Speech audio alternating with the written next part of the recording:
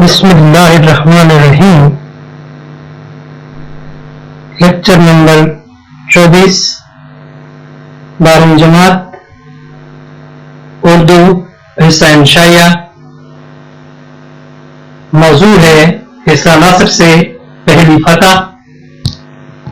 نسیم حجازی جس کے مصنف ہیں، اس کی توضیحات، اہم نکات، خلاصہ اور تشریح کے حوالے سے بات کریں گے۔ توضیحات کو جب ہم دیکھتے ہیں، دمشق شام کا دارالحکومت ہے۔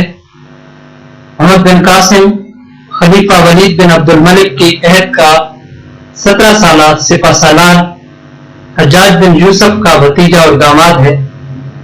بصرہ شام کا شہر، کوفہ دریائے فرات کے کنارے آباد شہر ہے۔ شیراز ایران کا ایک شہر۔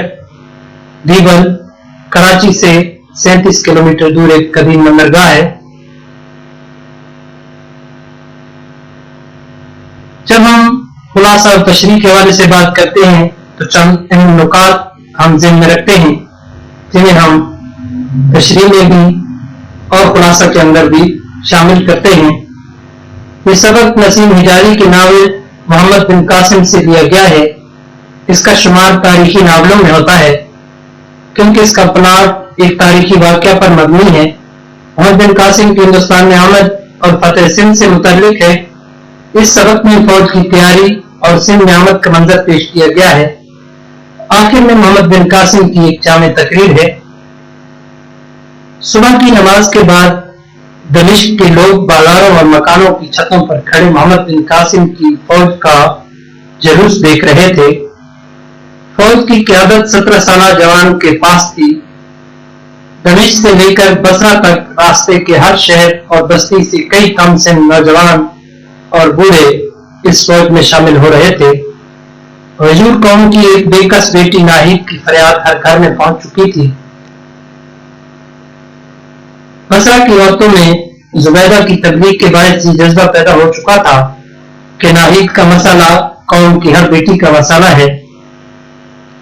بصرہ کی تمام امیر و غریب خواتین نے اپنے زیورات جمع کرا کر سونے چاندی سے بیت المال کو بھر دیا تھا۔ محمد بن قاسم نے بصرہ میں 3 دن قیام کیا۔ حجاج بن یوسف کے پاس مکران کے گورنر محمد بن ہارون کا پیغام بھی پہنچ چکا تھا کہ عبید اللہ کی قیادت میں 20 افراد کے وفد میں سے صرف 2 نوجوان بچ پائے، باقی تمام افراد کو دیبل کے گورنر نے قتل کر دیا۔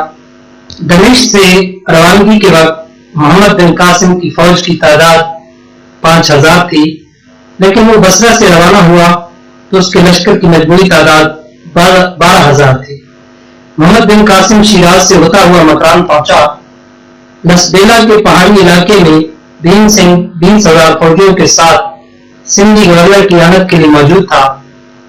30-40 سپاہیوں کا ایک گروہ اونچے ٹیلے پر ظاہر ہوتا، تیر پتھر برسا کر غائب ہو جاتا۔ رات کے وقت شب خون کے ڈر سے 1/4 فوج کو آس پاس کے ٹیلوں پر پہرا دینا پڑتا تھا۔ ایک شام محمد بن قاسم کو خبر ہوئی کہ شمال کی طرف 20 کوس کے فاصلے پر ایک مضبوط قلعہ ہے جو اس لشکر کا ٹھکانہ ہے۔ اس کا خاتمہ کیے بغیر آگے بڑھنا ناممکن ہے۔ اس مقصد کے لیے 500 پیادہ سپاہی ساتھ لے جانا چاہتا ہوں۔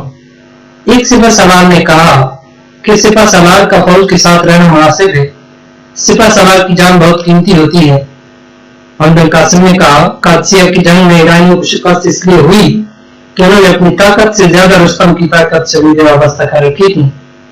رستم مارا گیا تو مسلمانوں کی مٹھی بھر فوج کے سامنے ایرانی فوج بھی بھاگ نکلی، جبکہ صاحب نبی وقاص رضی اللہ عنہ گھوڑے پر چڑھنے کے قابل بھی نہ تھے، لیکن مسلمانوں کی خود اعتمادی کی بدولت ان کی غیر موجودگی کا احساس نہ ہونے دیا۔ مسلمان صرف اللہ کے لیے لڑتا ہے۔ میں دعا کرتا ہوں کہ خدا مجھے رستم نہ بنائے بلکہ مجھے حضرت مسلمہ رضی اللہ عنہ بننے کی توفیق دے۔ میرے لیے اس سپہ سالار کی کوئی اہمیت نہیں جو اپنے سپاہیوں کی تلواروں کے پہرے میں چھپا کر رکھتا ہے۔ محمد بن قاسم کی بات سن کر زبیر نے ساتھ چلنے کو کہا تو محمد بن قاسم نے کہا کہ ایک قلعہ فتح کرنے کے لیے 2 دماغوں کی ضرورت نہیں،